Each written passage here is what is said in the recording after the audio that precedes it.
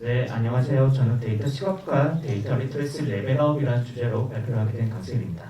오늘 저와 함께 우리 주변에서 만날 수 있는 다양한 데이터 그리고 요소들로 영감을 얻고 데이터를 해석하는 방법에 대해서 좀 알아볼게요. 네, 간단히 제 소개하겠습니다. 저는 현재 데이터 시각화 전문 기업인 빅스데이터에서 이사로 일을 하고 있고요. 그 다음에 데이터 시각적 분석 전문가로 활동하면서 책과 그 다음에 커뮤니티 활동을 하고 있습니다. 그리고 모 언론사에서 현재 DT 혁신위원으로 참여하고 있고요. 그 다음에 유튜브 채널도 운영하고 있습니다. 자, 그래서 오늘 제가 이런 백그라운드로 어떤 얘기를 할 거냐면 지금 보는 세 가지 사항을 말씀드릴게요. 데이터 리터러시, 그 다음에 영감 얻기, 그 다음에 데이터 시각화 진행해 보겠습니다. 자, 여러분들 다 아시겠지만 2022년 8월에 심심한 사과라는 이런 논란이 있었어요. 왜 이렇게 이제 말씀드리냐면 저도 이제 중학생 딸이랑 6학년 초등학생인데 전혀 모르더라고요. 이게 아무래도 한자 관련되다 보니까 그런 논란이 좀 있었던 것 같아요. 그래서 여기 보면 첫 번째는 매우라는 의미의 앞에 심과 그 다음에 깊이라는 의미의 심, 이렇게 두 가지 합쳐져서 매우 깊이 또는 진심으로 사과드린다는 뜻이었죠. 근데 이게 이제 이슈가 되다 보니까 문맹 또는 리터러시라는 키워드가 뉴스 또는 미디어상에서 많이 언급됐었습니다. 이제 이거를 데이터 관점으로 한번 볼게요. 데이터 리터러시란 여기 적혀 있는 것처럼 데이터를 탐색 및 이해하고 데이터로 소통하는 능력이라고 보시면 될 것 같아요. 요즘 많이 이슈가 되기도 하고 많이 얘기도 돌고 있고요. 그래서 이 내용들을 기준으로 비즈니스에서 보자면 데이터를 결국은 공유하고 협업하고 잘 대화해서 비즈니스에 도움되도록 이렇게 접근해 보면 좋을 것 같습니다. 제가 요즘 강의에서 많이 쓰고 있는 건데요. 지금 보시는 이미지는 올 초에 있었던 20대 대선에서 주요 정당별 후보들에 대한 현수막이었죠. 근데 이렇게 보여드리면 많은 분들이 질문하시는 게 각 당에서 제공하고 있는 색상 또는 이미지, 텍스트 이런 걸로 말씀 많이 해주고 계신데요. 이걸 시각화 관점에서 보자면 1번 후보와 3번 후보는 얼굴이 왼쪽에 있죠. 그리고 2번 후보는 오른쪽에 있어요. 그리고 4번 후보는 가운데에 있습니다. 이게 각 정당이 표방하는 이념에 따라서 후보들의 얼굴을 배치한 거예요. 따라서 여러분들이 시각화를 만약에 한다면 청중에게 익숙하고 친숙한 방식으로 중간에 이탈하지 않고 빠르고 효율적으로 메시지를 전달하는 것이 중요합니다. 이번에는 데이터 탐색에 대해서 한번 볼게요. 예를 들어서 리더한테 보고를 하는데 리더가 일별 추이를 보고 싶다고 하세요. 근데 회사에서 현재 쌓고 있는 데이터가 주간이든 월간밖에 없다면 또는 시간대별 추이를 보고 싶은데 그런 데이터가 없다면 우리가 문제를 발생할 수가 있겠죠. 그리고 데이터를 탐색할 때 누구나 전달해주는 데이터만 있으면 그냥 수동적으로 보고 있거나 또는 내가 궁금한 데이터가 없다면 스스로 답을 찾아야겠죠. 제가 올 여름에 출근하는 길에 9호선에서 사람들 사이에서 이렇게 멍하니 있었어요. 근데 여기 뉴스가 나오는데 제가 봤을 때 조금 이상한 게 보이더라고요. 이게 2022년 FA컵 8강 축구 경기 결과였는데 지금 보시면 아시겠지만 첫 번째 있는 결과값이 너무 크더라고요. 축구라고 해서 6대5라는 스코어가 나오지 말라는 법은 없겠죠. 근데 흔히 볼 수 있는 건 아니다 보니까 제가 네이버에다 검색을 해봤어요. 그랬더니 실제로 경기 결과는 6대5가 아니라 1대1로 비기고 나서 연장전까지 간 다음에 그때도 비겨서 이제 승부차기까지 가서 6대5라는 스코어가 나온 거죠. 우리나라에서는 FA컵에서는 90분 동안 승부가 나지 않으면 재경기가 발생하지 않고요. 다른 세 경기는 90분 동안에 승부가 났지만 이 경기 같은 경우에는 아까도 말씀드렸던 것처럼 연장전까지 거친 다음에 승부차기까지 가서 전혀 데이터 레벨로 보면 다르죠.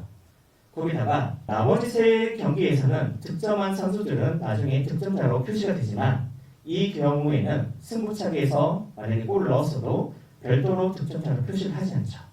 그래서 서로 다른 레벨의 데이터인데 이렇게 한 곳에서 같이 보여주는 것은 좀 문제가 있는 것 같아요. 자, 이번엔 심플하게 시각적으로 표현한 걸 한번 보여드릴게요. 여러분들 이거 보시자마자 바로 눈에 들어오셨던 게 파란색이랑 아마 핑크색 이렇게 두 가지가 있을 것 같아요. 전체적으로는 23개 상품군인데 그 중에서 21개는 거의 잘 안 보이게 설정을 하고 이건 다 4개 배수로 처리한 거고요. 그 다음에 파란색과 분홍색을 벌서스 형태로 만들어 봤습니다. A 상품군은 음식 서비스, 그 다음에 B 상품군은 여행 및 교통 서비스인데 이걸 보면 코로나 이전에는 이 여행 교통 서비스가 계속 1등이었고요. 우리나라에 2020년 1월 말에 코로나 확진자가 처음 생기고 나서 이제 요게 크로스가 발생했어요. 그리고 나서 여행 및 교통 서비스는 계속 여기 밑에 있었거든요. 그런데 최근에는 이제 오미크론 끝나면서 요 부분들이 쭉 올라가게 됐고 음식 서비스는 최근에 좀 정체를 하고 있죠. 그래서 요 트렌드라면 크로스가 또 발생할 수 있을 것 같아요. 근데 여러분들 아직도 회사에서 파워포인트나 엑셀 같은 거 쓰시면 아무래도 플랫한 형태다 보니까 이런 내용들을 인터랙티브하게 볼 수가 없겠죠. 그래서 제가 다른 값으로 변경해 볼게요. A는 가전전자통신기기, B는 화장품으로 변경해 보겠습니다.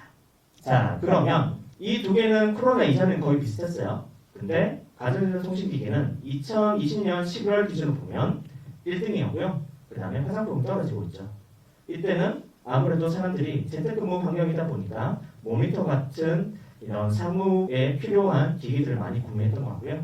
근데 화장품 같은 경우에는 좀 다르죠. 어떤 게 다르냐면 제가 A를 여행 및 교통 서비스로 다시 바꿔볼게요. 코로나 이후에 둘 다 떨어졌죠. 그리고 와서 여행 및 교통 서비스는 어쨌든 그동안 못했던 것을 보복하는 소비가 있었고 화장품은 여전히 정체되고 있죠. 여러분들 지금도 다 마스크 끼고 계시잖아요. 그러다 보니까 우리가 외부 활동을 하고 있지만 이 화장품을 쓰지 않고도 또는 부분적으로도 우리가 처리를 하면서도 사람들이 여기 다 적응했으니 이제는 계속 정체되어 있어서 2018년 수준까지 떨어졌다고 보시면 될 것 같아요. 자, 이번에는 제가 다른 걸로 변경해 볼게요. B를 문화 및 레저 서비스로 변경해 보겠습니다. 자, 절대적인 값으로 보면 문화 및 레저 서비스는 여기 계속 밑에 있어요. 근데 이것을 2020년 2월 기준으로 보았더니 현재는 3배, 4배까지 늘어났습니다. 그래서 단순히 누군가 제공하는 데이터를 그냥 수동적으로 보지 마시고요. 한 대스 더 들어가서 보시면 발견하지 못했던 것들을 보실 수 있을 것 같아요. 이번에는 데이터로 커뮤니케이션 할 때 효과적으로 메시지를 전달하기 위해서 심플하고 직관적인 요소를 배치해 보겠습니다. 그리고 스토리텔링은 조금 이따 다시 말씀드릴게요. 지금 보고 계시는 화면은 일별 뉴스 다시 보기 영상에 좋아요와 싫어요를 이제 합친 라이스 비율 히트맵을 만들어 봤는데요. 현재는 이제 싫어요 데이터를 구할 수가 없죠. 왜냐하면 유튜브 정책상 싫어요는 더 이상 공개하지 않고 있고요. 그래서 최근 데이터는 알 수 없지만 데이터를 제공하던 약 4년치 데이터로 구현해 봤습니다. 전반적으로 좋아요가 많은 파란색 영역이 많은데 특정한 기간 동안에 빨간색이 많이 있어요. 한 4개월, 5개월 정도 많이 있었는데요. 평소에 우호 정당 시청자들이 특정한 이슈에 따라서 싫어요를 많이 남겼고요.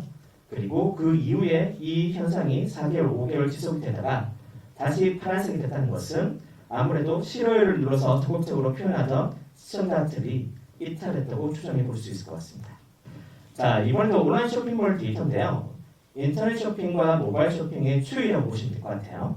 그래서 우리가 시각화를 할 때 가장 심플하게 하는 것은 라인 차트와 마크 차트, 이렇게 표현할 수 있을 것 같은데요. 이거 같은 경우에도 라인 차트로 한번 표현할 수가 있을 것 같아요.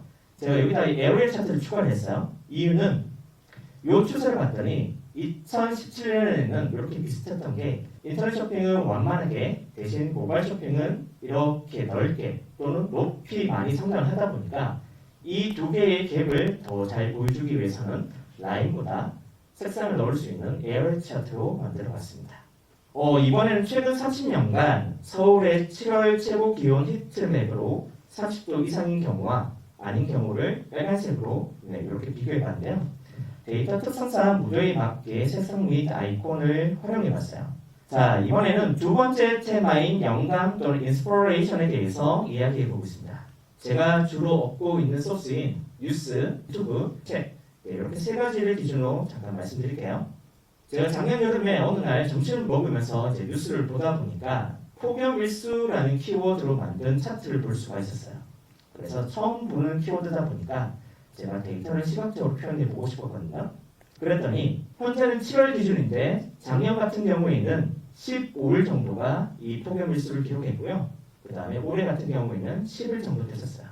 근데 이걸 8월로 변경해 봤더니 올해는 0이었어요. 여러분들 아시는 것처럼 장마랑 태풍이 겹치다 보니까 0이었고요. 2003년 이후로는 이 0을 기록한 게 또 처음이었어요. 근데 단순히 최고 기온으로 끝낼 것이 아니라 여름 가전 주식 데이터 테마 이제 종목들하고 데이터를 연결해 봤더니 자 2021년 기준으로 지금 세팅을 했어요. 봤더니 이렇게 최고 기온 이제 발생했을 때 이 세 가지 종목 전부 다 상한가를 기록했었고요. 그 이후에 쭉쭉쭉쭉 떨어지고 있는 추세를 보실 수 있을 것 같아요. 그런데 올해 같은 경우에 이렇게 제가 바꿔봤더니 그런 패턴이 나오고 있지 않죠.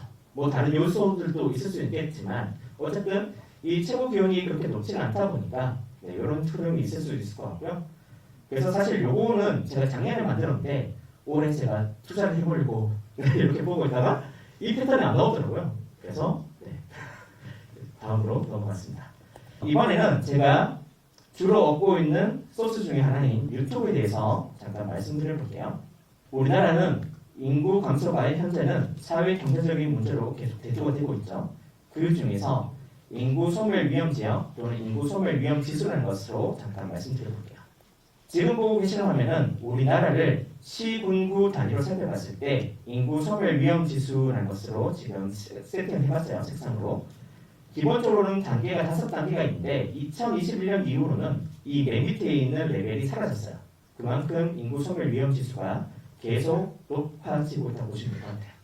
그 중에서 우리나라에서 가장 지금 인구 고령화 또는 인구 소멸 위험 지수가 가장 낮은 경상북도 군위군을 한번 눌러볼게요. 그러면 여기는 0.107 기록했고요. 그 다음에 분모가 65세 이상 고령 인구수, 그 다음에 분자가 20에서 39세 여성 인구수로 이렇게 표현되고 있습니다. 여기는 60에서 64세 인구가 가장 많은 걸 볼 수가 있겠죠. 다시 돌아가서 제가 다른 패턴 하나 보여드릴게요. 세종특별자치시 같은 경우에는 눌러보면 40에서 44세 인구가 가장 많이고요. 그 다음에 다른 지역과 달리 이들의 자녀인 5세에서 14세 인구도 많이 분포하고 있는 걸 보실 수 있습니다. 그래서 그냥 플랫하게 두지 마시고 인터랙티브한 요소, 그 다음에 새로운 것들을 발굴할 수 있는지 각들이 있다면 그런 것들을 잘 연동해 주시면 좋을 것 같아요. 자, 이번에는 제가 조금 다른 데이터로 좀 말씀드릴게요. 세 번째 영감 먹기는 책에 관한 건데요. 제가 책에서 나이키의 유통 채널별 매출 비중 추이라는 도표를 봤었어요. 그래서 이걸 보고 해당 데이터를 구한 다음에 좀 더 나이키스럽게 제작해 봤습니다. 나이키는 모든 사업 구조를 현재 디지털 트랜스포메이션에 맞게 변경하고 있어요.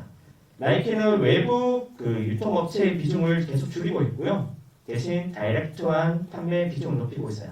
여러분들 아시는 것처럼 나이키닷컴 또는 오프라인 매장 그렇게 생각해 주시면 좋을 것 같아요. 이유는 외부 유통업체를 통하면 우리가 아는 것처럼 고객 데이터를 확보하기 좀 어렵죠. 두 번째는 수수료도 나가다 보니까 이 부분들을 직접 해야겠다. 이렇게 해서 보시면 2012년 같은 경우에는 25% 정도 됐던 게 2022년 회계연도가 6월부터 시작하니까 2022년은 42%까지 늘어나고요. 23년, 24년 정도 지나면 이제 한 50% 정도까지 될 것 같아요. 근데 여기서 제가 또 이제 추가해본 내용들은 이런 거예요. 여러분들 이거 보시자마자 이 제목 보기도 전에 바로 나이키 데이터라는 걸 금방 아실 수 있겠죠. 그 다음에 두 번째는 값이 두 가지만 있다 보니까 비교할 수 있게 또는 벌서스 형태로 지금 검은색의 직접 판매, 그 다음에 흰색의 간접 판매를 넣을 수가 있고요. 그 다음에 나이키 스워시 로고를 넣고 이 스워시 로고가 까만색이다 보니까 나이키 입장에서 더 중요한 건 직접 판매죠. 그래서 직접 판매는 까만색, 대비되는 간접 판매는 흰색으로 배치를 했습니다.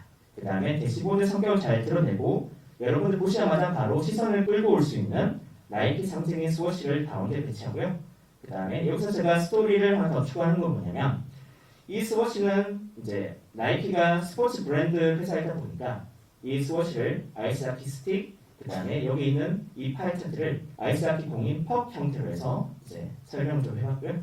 그래서 데이터 스토리텔링까지 잠깐 좀 말씀드려봤습니다.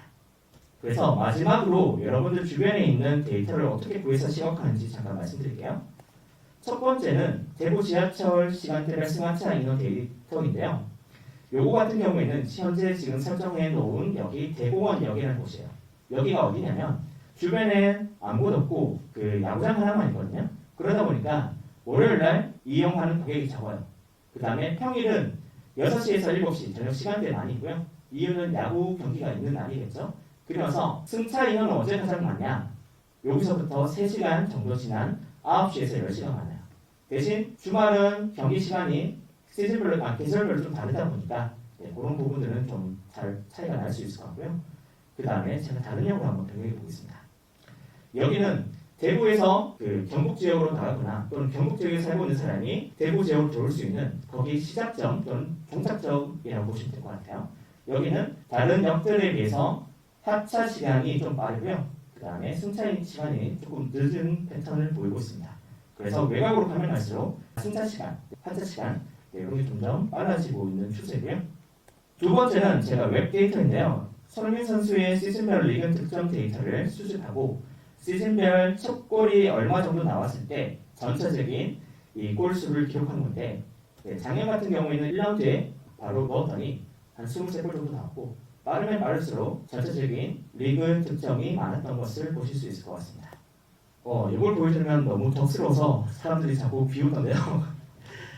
이거는 제가 이제 저희 애들하고 같이 하는 이제 마이 포켓몬고 포켓몬 게임을 이제 형상화해서 만든 대시보드예요. 이거 같은 경우에는 제가 데이터를 가지고 올 수 있는 API가 별도로 제공이 되지 않다 보니까 주기별로 이 데이터를 업데이트하고 있고요. 그 다음에 여기 나와 있는 것들도 전부 다 포켓몬 볼을 형상화해서 이렇게 만들어 왔습니다. 그래서 여러분들이 관심 있는 데이터가 있다면 구할 수 없으면 조금씩 수동으로라도 업데이트 해보시면 좋을 것 같아요. 자, 마지막으로 스타벅스 데이터만 보여드리고 이제 마치도록 할게요. 현재 보고 계시는 화면은 스타벅스 서울 지역에 있는 데이터인데 제가 그 중에서 강남구 한번 선택을 해볼게요. 자, 그러면 이 강남구의 스타벅스 위치되어 있는 곳은 대로와 지하철역 주변에 많이 있어요. 여기가 태안로, 여기가 강남대로고요. 그 다음에 2호선, 9호선, 7호선 라인이 있습니다. 그래서 그냥 단순히 텍스트로 보지 말고 사람들이 금방 이해할 수 있게끔 장치들을 추가하면 좋죠. 그럴 때 지점, 점포 이런 것들을 적용하실 때는 맵으로 적용해 주시면 좋을 것 같아요. 그래서 이 데이터를 그냥 두지 말고 또 다른 데이터를 또 결합을 해봤거든요. 시중은행 중에서 이 S은행과 제 데이터를 한번 연결해서 봤더니 거의 패턴이 비슷하더라고요. 그래서 간단하게 표현하더라도 여기 색상만 잘 입히더라도 사람들이 금방 이해하실 수 있을 것 같습니다. 네, 지금까지 데이터 시각과 데이터 리터러시 레벨업 주제로 발표를 해봤습니다. 고맙습니다.